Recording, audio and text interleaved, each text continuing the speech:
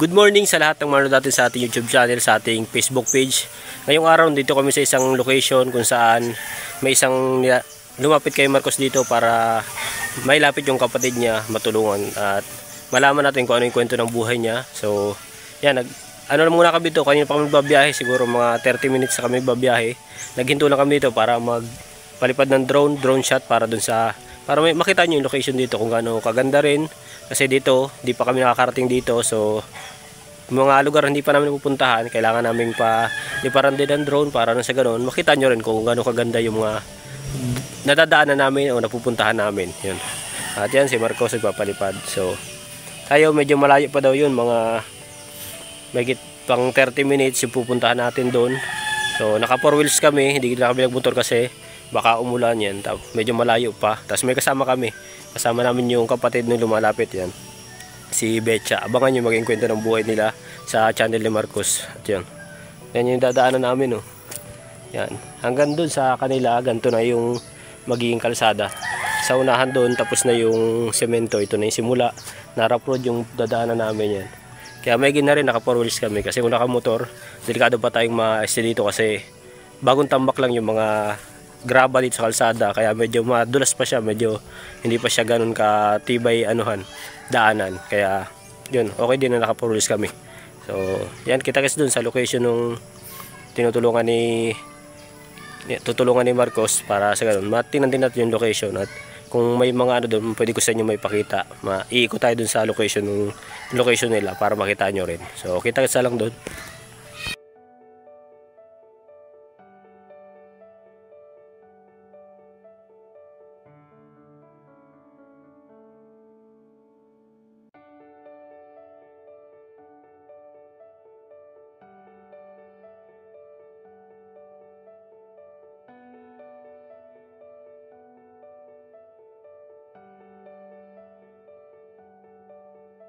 Yan, nandito na kami sa location nila Betcha, yung tutulungan ni Marcos, at yan yung tahanan nila. Ito yun sa kanila, medyo malayo, dadalawa lang silang bahay dito, ilang nandun, saka ito lang. So walang masyadong kapitbahay, sila lang. At may kalsada naman, may simento pala dito, kaso sabi ito lang daw yan, putol na rin sa unahan. Yan, pero hindi na namin, walang semento dito, lang sakto sa bahay nila. Paglampas, simentado na, pero putol din, hindi pa gaanong tapos. At yun, tapos na marunong mag-interview dito kay Marcos. Panoorin nyo sa channel ni Marcos. At ya, grabe, sobrang nakakadurog ng puso yung sitwasyon nila. Kami hindi namin naiwasan na naiyak kami dalawa ni Mark dahil sa sitwasyon nila, sa kwento ng buhay nila. At yun, so papunta naman kami ngayon sa ibang beneficiary doon sa bagong scout din, at yung samahan nyo kami doon, medyo malayo pa yun sa Panganiban. So si Betcha ihatid lang namin sa sakayan kasi iba yung ruta na pupuntahan namin, kaya kailangan namin siyang pasakay na lang ng tricycle. Meron naman dyan, may pila naman ng tricycle yung lagi naming nasasakyan doon. So pasakay na lang namin at bigyan na lang ng pumasahe para sa ganun kami dito na kami, diretso na kami papuntang Panganiban. Medyo malayo pa, siguro mga kulang-kulang 1 oras pa yung biyahe namin. At hindi namin matid si Betcha doon sa mismong Kapalonga. Hanggang dito na lang muna sa center ng Alayaw at magsasakay na siya. So ayan, pupunta na kami. Tapos na naman si Marcos mag-vlog at si Betcha nasa loob ng sakyan. At yun, napaabot na naman kahit paano pa unang tulong. At makakasakay, babalik kami dito sunod. Total alam naman namin yung lugar nila. Yun, grabe, nakakadala yung sitwasyon nila, nakakadala ng panoorin nyo, halos may iyak kayo sa kwento ng buhay nila. At grabe, kami nga mismo nandito, lalo pag nandito kayo, grabe yung pagmamahal ng pamilya nila, yung hirap na naranasan nila, grabe. Kaya yun, pupunta na kami at kita-kits doon sa Panganiban.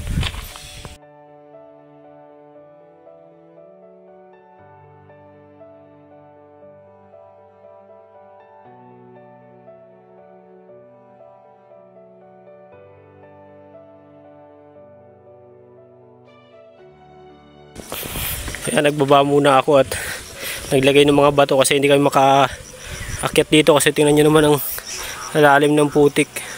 So subukan namin dito, nagtampak kami dito ng bato, baka kaya dito. Yan, binibuelo na.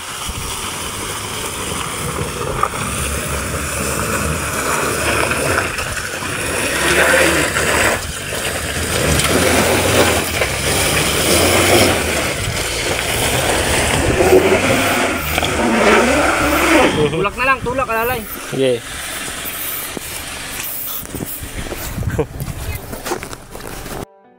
Yan, grabe nakaahon din.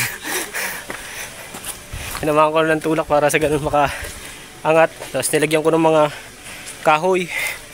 Kasi yung palapa madulas, kaya mga kahoy tsaka bato yung tinambak ko sa gulong. Para sa ganun makalis dun. Grabe yun. Kaya nga po, gawa ng umulan kaya dumulas maigi. Tuk na pati. Ano, kaya na? Ayos? Pausang ka. Ayos lang yan, sanay na ay. Sanay na. Sanay na. Yan, tigil muna kami dito sa washingan. Yan. Labas dito kasi grabe. Grabe ang ginabot ng sasakyan. Sobrang putik. Pati nga kami oh. Yung damit ko yung mga putik na rin oh. Pagsitin ka? Ha? Pagsitin ka? Oo. Ay, ano. Pantalo natin oh. Sapatos. Grabe. Grabe yung putik dun, sobra. Tingnan nyo naman oh. Tingas yata yung mga gulong natin. Ha? Tingas. What? Mga ano dun ah? Pero, Ay, yung ano. Ayun. pero, Nakayod ano. Saka ibabaw, grabe. Putik. Hanggang kabila. Ayan, medyo na ano naman na. Wala na kasi napadaan sa tubig kanina. Sobrang putik lang. Ay, babasa tayo.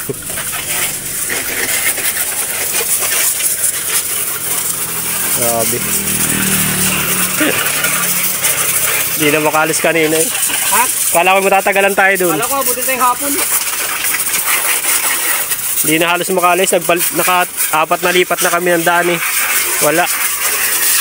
Ay, tinambak-tambak ka na lang. Tapos punersan na lang para makalis. Ayan, grabe din makausap din lang yun. Akala ko okay lahat ng graba. Ha? Akala ko okay lahat ng graba. Madulas din? Okay ang graba kung walang putik. Hindi, akala ko ano nga, yung lahat graba ganun. Ah, oo. Puputikan pa rin pala. May putik pala.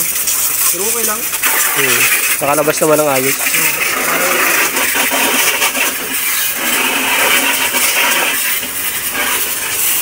Kapit na kapit ko eh. Kapit mo muna rin si makina natin. Yan, nandito na naman kami sa isang lugar dito sa Panganiban na hindi nito sakop ng Kapalongga, at may isang nilabsam dito dati, yung escort namin dati. Binalga lang namin kasi dapat ito nung Webes pa naka-schedule, kaso may emergency kami noon, saka sobrang ano din, ulan din, kaya di na kami nakapunta. So yan, dito kami sa location dito. At tinatawag lang yung magiging subject ni Marcos dito. So antay lang namin, meron dito naman na yun. At pahinga lang kami kasi grabe, nabalaw kami kanina, nagtulak pa, kaya medyo masakit sa balikat sa paa. At grabe, sobrang lambot ng putik doon. Hindi namin nasana ganun kasi nung una naman pababa namin, okay naman siya. Medyo man kagawa ng mainit. Kaso nung dumating na kami sa location doon sa may kila Betcha, biglang umulan, kaya pagbalik namin lumambot na yung pinakang kalsada niya. Doon na kami na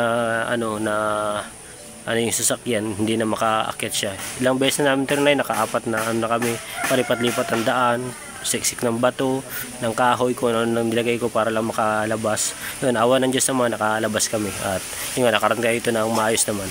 Nakapag-washing na rin kami nung sakyan, kaya lang sapatos natin, hindi pa naman. Yun. So ayan, tapusin lang namin dito, tapos kita-kita sa mamaya. Ayan nga. So ayan, so ayan, dito na tayo ngayon sa kalsada, pabalik na kami. At na-scout naman namin yung mga naka-schedule namin na dapat puntahan. At napuntahan naman, napabutan ng tulong. nga lang, medyo mabigat. Medyo mabigat sa pakiramdam sa loob kasi grabe yung mga kwento ng buhay ng mga napuntahan namin at talaga namang solid tong mga scout ngayon. Oo, solid, sobrang maiiyak kayo sa mga kwento ng buhay nila. Maalin sa channel ni Commander saka sa channel ni Marcos, talagang kahit saan kayo pumunta. Dito lang kayo sa channel ko talaga hindi maiiyak. Dito lang kayo sa channel ko hindi maiiyak. Pero dun sa channel nila, tama yun, para pagkatapos nito umiyak, punta kayo sa channel ko naman. Para hindi naman kayo dito iiyak. Puro tawa naman dito. Yung alam, medyo may nangyari lang kanina. At yun ang nakakaiyak. O yun nakakaiyak yung nangyari sa amin kanina. At nagtulak tayo. Isang oras? Naka-4 kami pero nagtulak. Kaya alas isang oras kami doon. Stuck. Una-una nga lang nilagay ko. Nilagyan ko na ng palapa, nilagyan ko na ng kahoy, bato. Dahil ko nga, dadapa na nga sana ako kanina doon para pagulungan. Para lang makalis kami at grabe lang po talaga ng putik. Eh, kailangan ng dagaan ng rampahan. Ng rampahan. Tsaka kailangan na makalis kanina kasi naghahabol din kami ng oras. Kasi kung nagtagal pa tayo dun, mukhang hindi tayo nakapag-vlog sa Panganiban. Oo, alanganin na. Tapos yung nga, dumidilim pa kanina. Sumasama pa yung panahon. Kung umulan pa yung lalo, wala na. Oo. Buti nga, pinagbigyan tayo ng init Oo. Hindi na umano. Doon lang talaga umulan sa may unang blinag ni Marcos. Doon lang talaga grabe yung ulan. Sana nga dire-diretso na to. Oo. Sana tuloy-tuloy itong panahon para sa ganun. Yung bawat labas namin is smooth naman, mapupuntahan namin yung mga dapat puntahan. Kasi minsan yun yung pumipigil sa amin pagka pupuntahan kami, tapos medyo malayo, alam namin yung daan is delikado, hindi na kami natuloy. Kaya ang ginagawa namin, nagbablog na lang kami yung malapit na beneficiary na lang, hindi na yung mga malayo. Pag umulan kasi, mas pabor para sa atin yung mga akyatin lang, mga bundok, akyatin, magbuta ka lang, ganyan. Pero pag yung rough road, tas putik yung daan sa kamotor ka, sobrang delikado kasi para sa akin, yung kumpara sa naglalakad ka lang, kahit umakyat ka ng bundok, okay lang yun. Basta lakad. Pero pag gantong mumotor kami, madulas yung kalsada, kaya grabe, delikado. Kaya hindi lang kami natuloy sa ibang beneficiary na nagsuswitch na lang kami ng mga naka-schedule. Nagpapalit na lang namin sa ibang araw na pinupunta nyo pag medyo okay yung panahon. Pero pag ganito, kahit saan kami pumunta, pag ganito yung panahon, tinan nyo mo, ganda, no? Sobrang ganda ng tanawin, no? Ganda pa ng tanawin. Yan, dagat. Grabe. Stress relief. Stress reliever. Eh kami, lagi ding stress. Lalo ko lang na naisip. Pero kami, sanay na rin. Nasanay na lang din. Kaya ginagawa lang namin pag nabawi kami sa mga ganito, sa mga view sa nadadaanan. Doon na lang kami nabawi. Minsan na-stop kami kaunting oras, titingin lang palipad ng drone. Di doon mabawasan yung stress din namin. Hindi ganun kalala. Hindi ganun kalala yung stress. Tama. Tsaka yung pagod, medyo nababawasan yung pagod kasi nakapagod din talaga sa mga pinupuntahan namin. Tapos ganun pa yung dadat naman doon, stress. Dagdag pagod pa.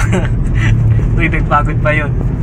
Kaya yun, sa naman, sa mga nadadaan naman namin, mga anti-stress, doon nababawasan kahit paano.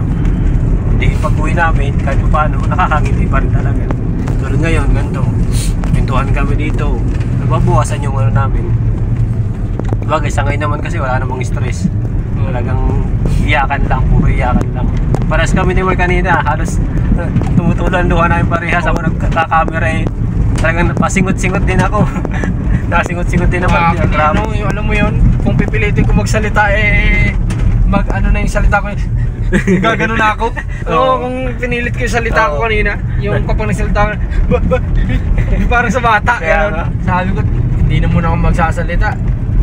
Nagtigil na lang siya magsalita Tagal kong nakatulala doon sa Ako ay gusto kong ilapag na lang din yung camera, kaya lang syempre kailangan nakahawak ko pa rin, nakatutok pa rin. Kaya ang ginagawa ko, isang kamay ko na lang, pinapupunas ko ng luha, tapos nasingot na lang ako para nang mahina para hindi rinig sa hindi rinig sa video.